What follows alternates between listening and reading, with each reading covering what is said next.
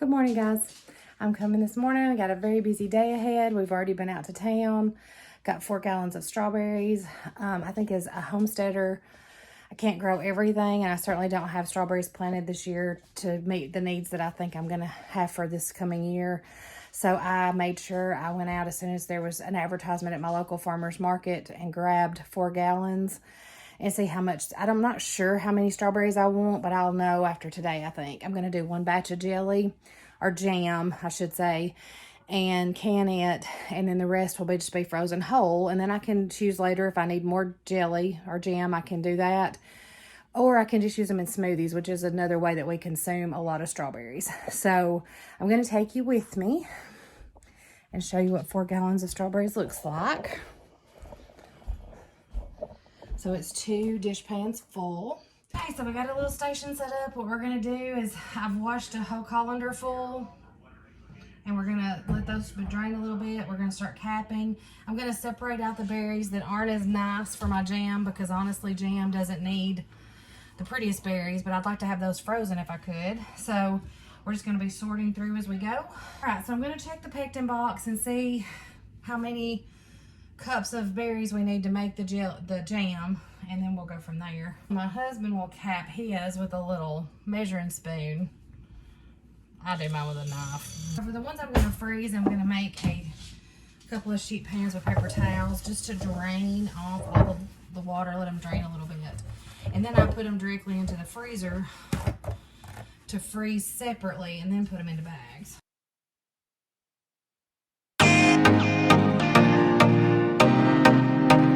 So any of them that have bad spots, like I said before, we're just gonna put over into the jam pile.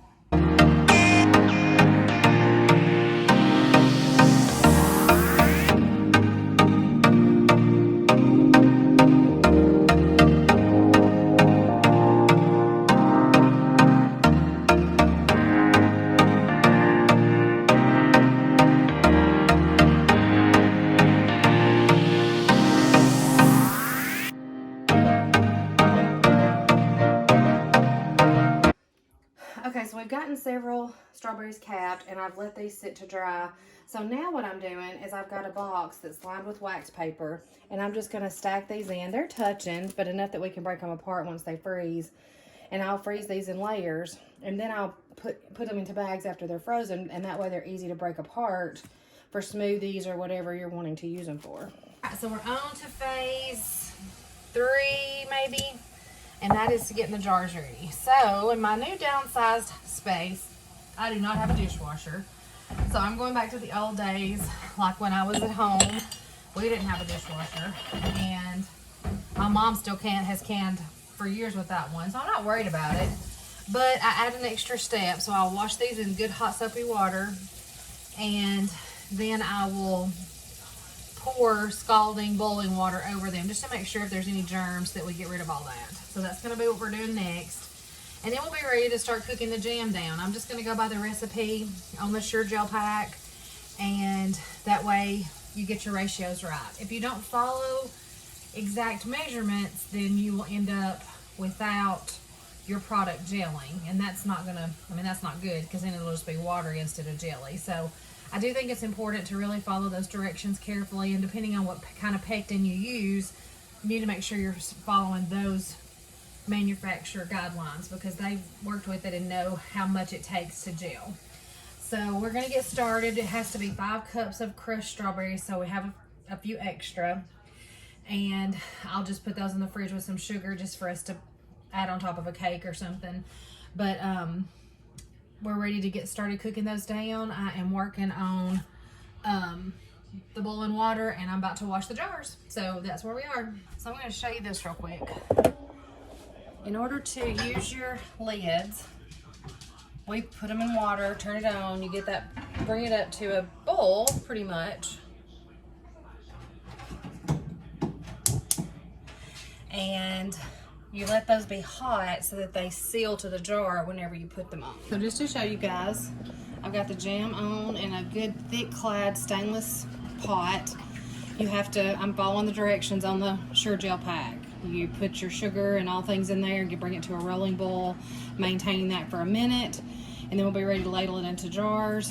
And with jams, it said you have to process that for 10 minutes in a water bath. So we're getting that ready. And that way, that's the thing about canning that's kind of, I don't know, get your adrenaline pumping a little bit, because all of a sudden you've got to have everything ready at one time. You got to have the flats ready, and you've got to have the sterilizing water for the jar, all the things. So it all comes together really quick at the end, which is kind of cool. So we're gonna just let this jam come to a rolling boil and cook for a minute, and then we'll be ready to ladle it into jars and get it into the processing stage. So we're back in action. What we're gonna do is we have to jar it up, and I'm just gonna film one of us going through one series. So this is the way it always worked. I would put the whatever in the jar, put the ring or the flat on it, pass it over to my husband, and he has just the right combo to twist that down without making it too tight. And so it always worked really well for us. So that's what we're gonna do. We haven't done this in years. I'm excited. This will be the first thing we've canned in a long time. I even bought one of these little handy dandy things. I've never had one before. The magnetic lid lifter. All right, so first part of the process, ladle it into the jar. You need to leave about a 1/4 inch headspace.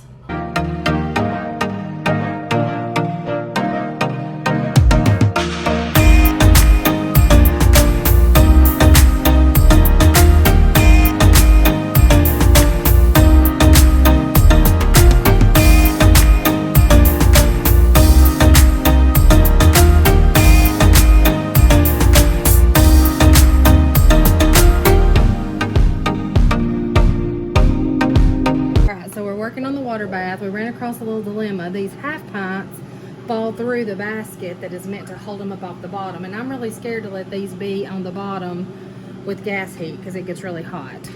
So we're having to improvise a little bit, and we went ahead and put the basket in, and now he's dropping the jars in one at a time around the edge. And I think that's going to be enough water, don't you? Yeah.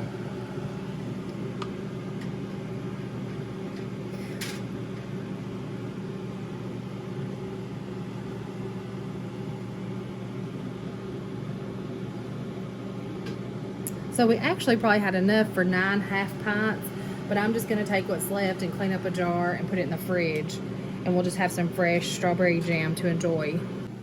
Okay, so we have these all in, and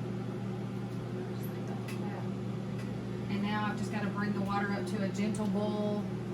You've got it covered about 1 inch. We've got about 1 inch space over the jar of water.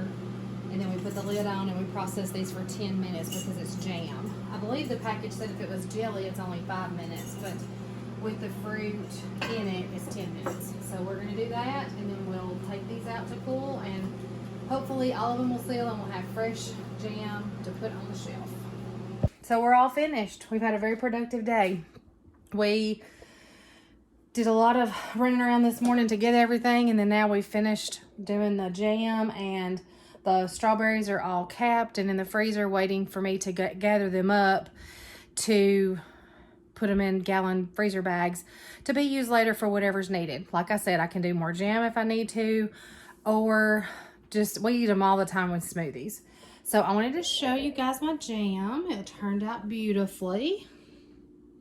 We ended up with 8 half pints. So that's pretty good. And we had an extra pint that we didn't seal. We just put it in the fridge for eating. So that's good.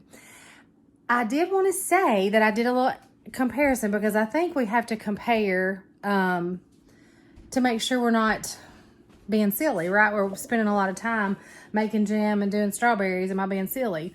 So we looked it up, and the strawberries we normally buy at Kroger that are frozen whole it's 32 ounces, and that's $7.99, so $8.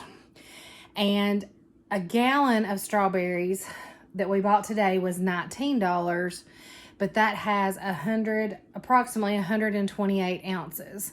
So roughly 4 times the amount I would get at Kroger for $19 today while they're in season, versus $7.99 times 4 would be $32. Yeah. I'm terrible at math. My husband's, he like gets the math like this, and I'm like, oh my gosh, I can't do that. So it definitely pays to do this while the fruit's in season and take care of it. And strawberries are so easy to take care of. You just can freeze them whole and take them out and make an individual batch of jam if that's what you chose to do. So there's just so much versatility with shopping in season, and I'm super excited about what we're doing and how we're going to stock our pantry. So I am stoked that we have 8 pints, half pints of strawberry jam to begin our canning season, and I'm so excited to bring you guys along. So I hope that you'll join me in my next video. If you like this, give it a thumbs up and keep watching.